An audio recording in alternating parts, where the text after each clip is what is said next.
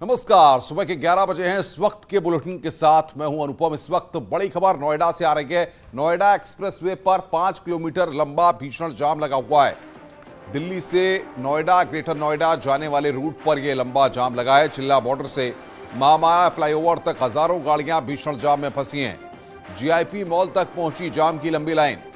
लोग काफी परेशान हैं। नोएडा एक्सप्रेसवे पर लंबा जाम लगा हुआ है। आपको बताएं कि सुबह के वक्त में दिल्ली से नोएडा और नोएडा से दिल्ली जाने वालों की एक लंबी कतार रहती है। और ये तस्वीरें इस वक्त हम आपको दिखा रहे हैं आपकी स्क्रीन पर, किस तरीके से रेंग कर वहां पर गाड़ियां आगे बढ़ती हुई।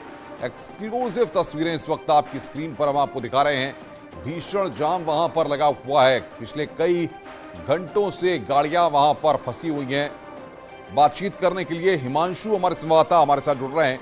हिमांशु, सुबह का ये वो वक्त होता है जब नोएडा से बड़ी संख्या में लोग दिल्ली अपने ऑफिस या कारोबार के लिए जाते हैं, और ऐसे वक्त में बहुत ही लंबा जाम लोगों की परेशानियों को बढ़ा रहा होगा।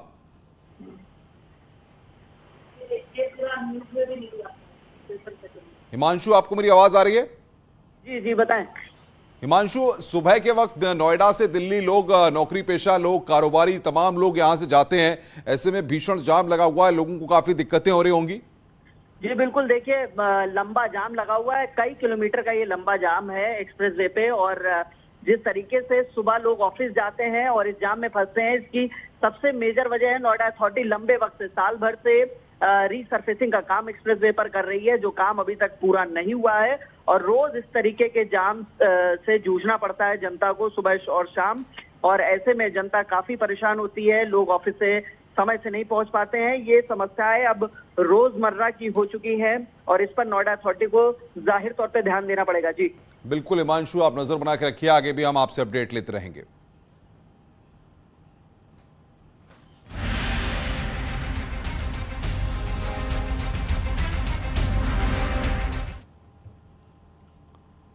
और आइए अब आपको ग्राफिक्स के जरिए योगी सरकार के शपथ ग्रहण से जुड़ी इस वक्त की 10 बड़ी खबरें बताते हैं। शाम 4 बजे होगी लखनऊ में। आपको बता दें कि विधायक दल की बैठक शाम 4 बजे का वक्त इसके लिए तय किया गया है। दूसरी बड़ी खबर यह है कि लोक भवन में विधायक दल की बैठक भी होनी है।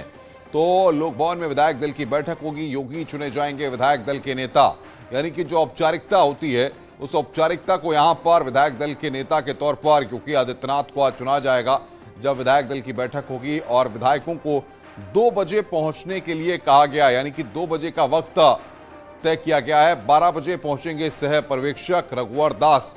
तो रघुवर दास वहां पर पहुंचेंगे। शाम 4 बजे पहुंचेंगे पर्यवेक्षक अमित शाह। आपको बताएं कि अमित शाह और रघुवर दास दोनों को जिम्मेदारी दी गई है। धर्मेंद्र प्रधान भी इस दौरान बैठक में वहां पर मौजूद रहेंगे, यानी कि धर्मेंद्र प्रधान की मौजूदगी भी रहेगी। योगी पेश करेंगे सरकार बनाने का दावा। सरकार बनाने का दावा योगी आदित्यनाथ आज पेश करेंगे। अपना दल एस से 2 मंत्री बनेंगे। सूत्रों के हवाले से बड़ी खबर है, यानी कि अपना दल एस से 2 मंत्री बनेंगे। वहीं निषाद पार्टी से 1 मंत्री बनेगा। सूत्र इस बात की जानकारी दे रहे हैं। तो 10 बड़ी बातें हम आपको बता रहे हैं, बड़ी खबरें इससे जुड़ी हुई। और सबसे महत्वपूर्ण यह है कि आज लखनऊ में बीजेपी विधायक दल की बैठक भी होगी। इस बैठक में योगी आदित्यनाथ नेता चुने जाएंगे। विधायकों की बैठक लोक भवन में होगी। दोपहर 2 बजे से विधायक पहुंचने शुरू हो जाएंगे। विधायक दल की बैठक में अमित शाह पर्यवेक्षक और रघुवर दास से पर्यवेक्षक के रूप में शिरकत करेंगे। विधायक दल की बैठक के बाद योगी सरकार बनाने का दावा पेश करेंगे। लखनऊ के कान्हा स्टेडियम में भव्य तैयारी इसको लेकर के हो रही है। और बातचीत करने के लिए संकेत मिश्रा हमारे संवाददाता हमारे साथ जुड़ रहे हैं।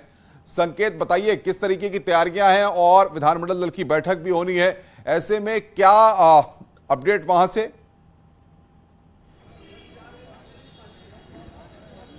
देखिए, विधायक दल की अहम बैठक आज लोक भवन में होगी। 4:30 बजे बैठक आयोजित होगी। दरअसल अमित शाह 4 बजे लखनऊ अब पहुंच रहे हैं। पहले 3 बजे का कार्यक्रम प्रस्तावित था, लेकिन किन्हीं कारणों से अब 4 बजे वो लखनऊ एयरपोर्ट पहुंचेंगे और उसके बाद वो सीधे विधायक दल की बैठक में पहुंचेंगे। और वहां पर जो वरिष्ठ विधायक होंगे, उन विधायकों की मौजूदगी में वरिष्ठ विधायक प्रस्ताव रखेंगे योगी आदित्यनाथ का विधायक दल का नेता चुनने का। तो उसमें मुख्यमंत्री योगी आदित्यनाथ को विधायक दल का नेता चुना जाएगा और उसके बाद उस प्रस्ताव पर सभी विधायकों के दस्तखत होंगे। इस समय हम भारतीय जनता पार्टी के प्रदेश मुख्यालय में मौजूद हैं। यहां पर कई विधायकों का आने जाने का सिलसिला लगातार जारी है।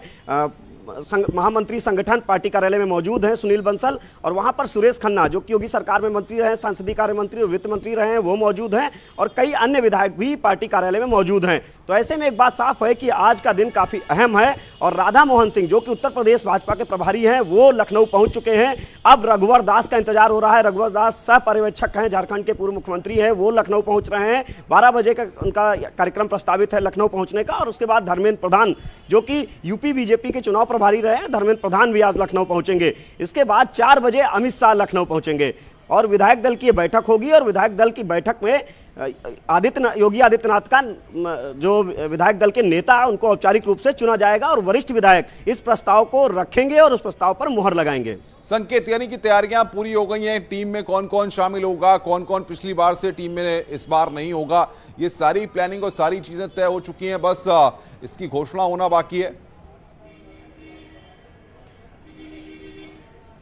बिल्कुल, जैसा कि यहां से उत्तर प्रदेश से 70 नामों का पैनल भेजा गया था केंद्रीय नेतृत्व को, और लगभग वो नाम फाइनल कर लिए गए हैं जिनको मंत्रिमंडल में रहना है। और ये नाम ऐसे होंगे जिनको 2024 के लोकसभा चुनाव के हिसाब से जातीय समीकरण और क्षेत्रीय समीकरण को साधने की पूरी कोशिश होगी योगी मंत्रिमंडल के माध्यम से। और कई ऐसे नाम होंगे जो चौंकाने वाले होंगे, जातीय समीकरण को ध्यान में रखा जाएगा, और जो कई मंत्री ऐसे हैं जो रिपीट होंगे। हालांकि ये माना जा रहा है कि जो उम्रदराज मंत्री हैं, ज्यादा उम्रदराज मंत्री हैं, उनको इस बार मंत्रिमंडल में शामिल नहीं किया जाएगा। संकेत, अगर हम बात करें तैयारियों की तो हम देख रहे हैं कि पूरी राजधानी को, पूरे लखनऊ को होर्डिंग से और तमाम अलग अलग तरीकों से, लाइटों से सजाया गया है। क्या लगता है आपको, इस शपथ ग्रहण को भारतीय जनता पार्टी ऐतिहासिक बनाने की कोशिश कर रही है? बिल्कुल, देखिए ये जो मौका है कल शपथ ग्रहण का, ये वाकई ऐतिहासिक है। दरअसल 37 साल बाद कोई मुख्यमंत्री ऐसा होगा जो दूसरी बार सरकार उत्तर प्रदेश में बनाने जा रहा है और शपथ लेगा। योगी आदित्यनाथ के नाम पर वो रिकॉर्ड दर्ज होगा, और 37 साल बाद ये रिकॉर्ड मुख्यमंत्री योगी आदित्यनाथ जब शपथ लेंगे मुख्यमंत्री पद की, तो ये रिकॉर्ड एक दर्ज होगा। बिल्कुल संकेत, हम आएंगे आपके पास। लखनऊ से अनामिका सिंह भी हमारे साथ जुड़ गई हैं। अनामिका, बताइए, इकाना स्टेडियम किस तरीके से तैयार है भव्य शपथ ग्रहण के लिए, और कौन कौन से लोग आज वहां पर पहुंच रहे हैं?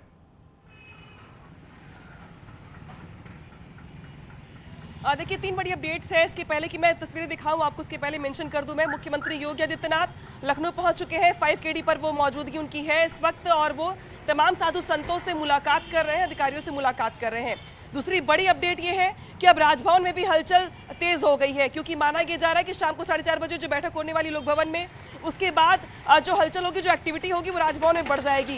लिहाजा राजभवन अपनी ओर से जो कागजी प्रक्रिया होती है शपथ ग्रहण से पहले, उसको पूरी कर रहा है, क्योंकि कल शपथ ग्रहण कार्यक्रम होना है। लिहाजा उसके पहले देर शाम को वहां पर हलचल बढ़ जाएगी। तीसरी बड़ी अपडेट यह है कि मुख्यमंत्री आवास पर आज शाम को रात में हाई टी या डिनर के लिए तमाम विधायकों को बुलाया जा सकता है। हालांकि इसकी ऑफिशियल जो अनाउंसमेंट है वो कुछ देर के बाद की जाएगी, लेकिन अभी बताया जा रहा है कि मुख्यमंत्री कुछ लोगों से अनऑफिशियल मुलाकात करेंगे, जिसके लिए हाई टी या डिनर रखा जाएगा, खासतौर पे उन विधायकों के लिए जो आज लखनऊ पहुंचे हुए हैं, और जो उसमें से कुछ जो कल मंत्री पद की शपथ लेने वाले हैं।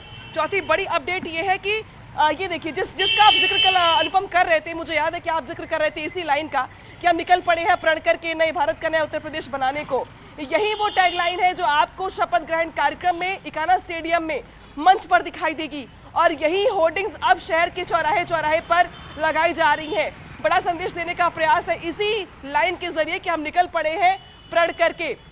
मुख्यमंत्री योगी आदित्यनाथ कई रिकॉर्ड तोड़ेंगे, इतिहास के पन्नों में दर्ज हो जाएंगे दूसरी बार शपथ ग्रहण करने के साथ ही। लेकिन इसी के साथ 2024 को लेकर के भी प्रयास ये होगा कि बड़े संदेश दिए जाए। हालांकि इस बीच अगर बात की जाए पॉलिटिकल एक्टिविटी की, तो अनुप्रिया पटेल देर शाम लखनऊ पहुंचने वाली हैं, लेकिन उनके पति आशीष पटेल और अपना दल के तमाम 12 विधायक वो आज दोपहर 1:30 बजे तक लखनऊ में मौजूद होंगे। दूसरी बात रही संजय निषाद की, तो संजय निषाद के तमाम विधायक ऑलरेडी लखनऊ में ही मौजूद हैं। कुछ बड़े चेहरे जैसे बेबी रानी मौर्य, वो 2 दिन पहले से ही लखनऊ में, उनकी मुख्यमंत्री से मुलाकात हो चुकी है। इटावा से विधायक है सरता भदौरिया, उनकी भी मुलाकात कल मुख्यमंत्री योगी आदित्यनाथ से हुई है। यानी कि इस बीच जहां पर विधायक दल की बैठक होनी है, उसके पहले मेल मुलापों का, लॉबिंग का, या यूं कहे तो जिसे कह सकते हैं हम कि अपनी अपनी ओर से अपनी अपनी पक्ष। तो ये माना जाए अनामिका की जो होमवर्क भारतीय जनता पार्टी लगातार मैंडेट के बाद से कर रही थी, वो होमवर्क अब पूरा हो गया है, अब एग्जीक्यूशन का वक्त है, और जाहिर तौर पर शपथ ग्रहण के साथ ही उन तमाम चीजों का एग्जीक्यूशन भी शुरू हो जाएगा।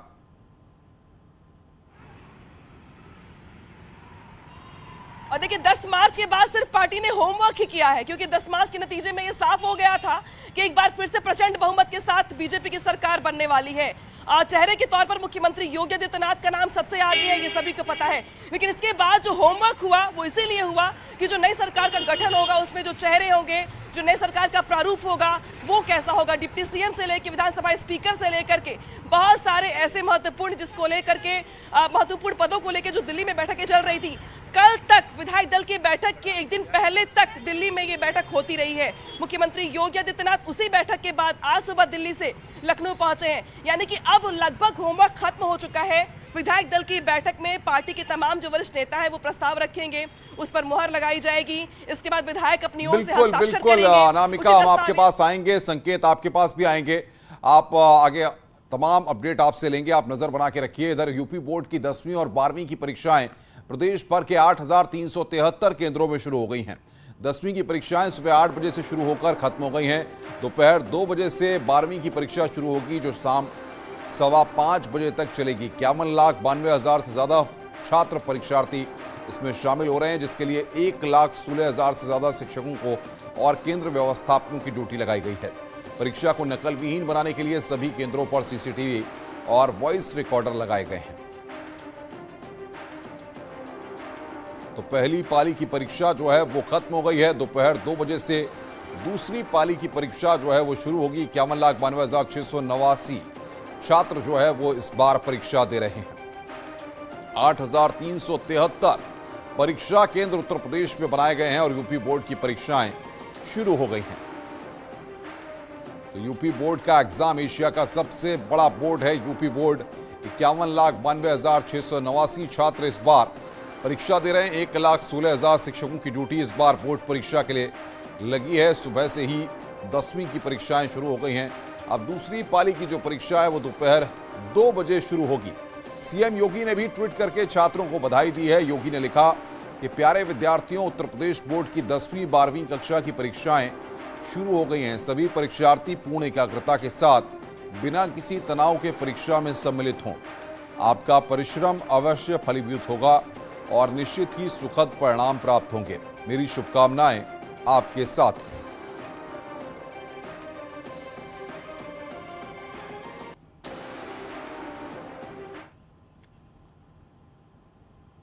और आइए अब आपको 8 तस्वीरों के माध्यम से प्रदेश के कई जिलों की तस्वीरें दिखा रहे हैं, जहां पर 10वीं और 12वीं की बोर्ड परीक्षाएं आयोजित की जा रही हैं। पहली पाली में सुबह 8 बजे से 10वीं की परीक्षा शुरू हुई है। पहली बार बोर्ड की परीक्षा में शामिल हो रहे छात्रों में खासा उत्साह देखने को मिल रहा है। प्रयागराज, मेरठ, सहारनपुर, कासगंज, गौतम बुद्ध नगर, भदोही, बहराइच, गोंडा की ये तस्वीरें इस वक्त आपकी स्क्रीन पर हैं।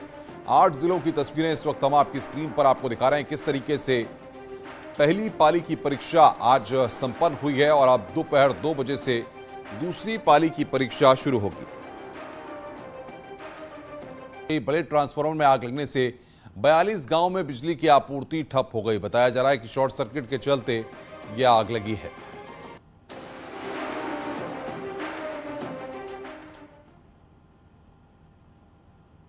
आगे बढ़ते हैं, खबर प्रतापगढ़ से है। पुलिस और बदमाशों के बीच मुठभेड़ हुई है। मांधाता थाना इलाके के चेकिंग के दौरान पुलिस और बदमाशों की मुठभेड़ हो गई।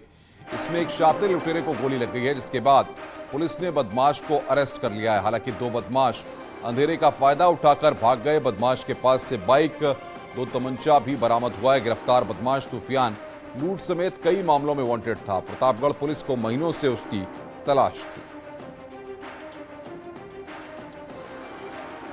द्वारा पुलिस टीम पर फायरिंग की गई। आत्मरक्षार्थ पुलिस के द्वारा जो फायरिंग की गई तो उसमें एक बदमाश जिसका नाम सूफियान है, ये मानदाता थाना क्षेत्र का रहने वाला है, उसको जवाबी कार्रवाई में गोली लगी है। इसके 2 साथी और थे जो कि मौके से फरार हुए हैं। उसके संबंध में सघन चेकिंग अभियान और कॉम्बिंग चलाई जा रहा है।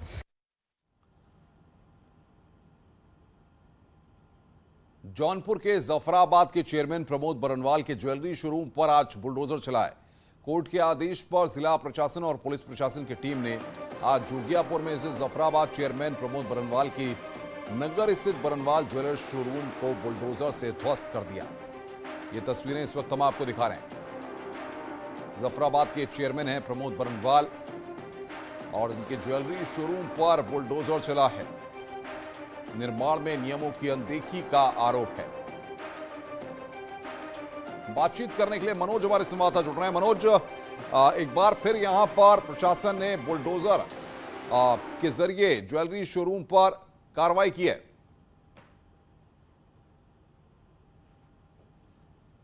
मनोज, आपको मेरी आवाज मिल रही है? जी, आवाज मिल रही है जी। किस तरह से निर्माण में नियमों की अनदेखी का आरोप था, जरा बताइए। देखिए, ये जफराबाद नगर की ये है चेयरमैन है प्रमोद बरनवाल। इनका अवैध तरीके से शोरूम बना था नगर के जोगियापुर रोड पर, जिसे प्रशासन ने कई बार नोटिस दिया और उसके बाद मामला कोर्ट में चला था। कोर्ट के आदेश पर, हाई कोर्ट के आदेश पर जिला प्रशासन ने बुलडोजर के जरिए जो है इनके अवैध निर्माण को ध्वस्त कराया है। इस दौरान नगर में अवैध कब्जाधारियों और निर्माणधारियों के खिलाफ जो इस तरह का प्रतिष्ठान बना रखा है, उनके बीच में हड़कंप मचा हुआ है। सभी लोगों के बीच में यह दहशत प्राप्त हो गया है कि अगर हम इलीगल तरीके से जमीन पर या सड़क किनारे कब्जा किए हैं तो हमें अपने आप या तो हटा ले या फिर हमें प्रशासन एक दिन जो है बुलडोजर के माध्यम से इसे ध्वस्त करा दिया जाएगा। तो ये प्रशासन की लगातार कार्रवाई है। इसके पहले भी जौनपुर सदर इलाके के सिकरारा में और बक्सा थाना क्षेत्र में अवैध जमीनों पर प्रशासन ने बुलडोजर के जरिए जो है कब्जा को खाली कराया है। तो बुलडोजर का जो असर है, मुख्यमंत्री योगी आदित्यनाथ के दूसरे कार्यकाल कल से भले ही शुरुआत हो जाएगी बिल्कुल, बहुत बहुत शुक्रिया मनोज हमारे साथ बातचीत करने के लिए और तमाम अपडेट्स देने के लिए। रुक रहे हैं यहाँ पर एक ब्रेक के लिए। ब्रेक के बाद खबरों का सिलसिला लगातार जारी है।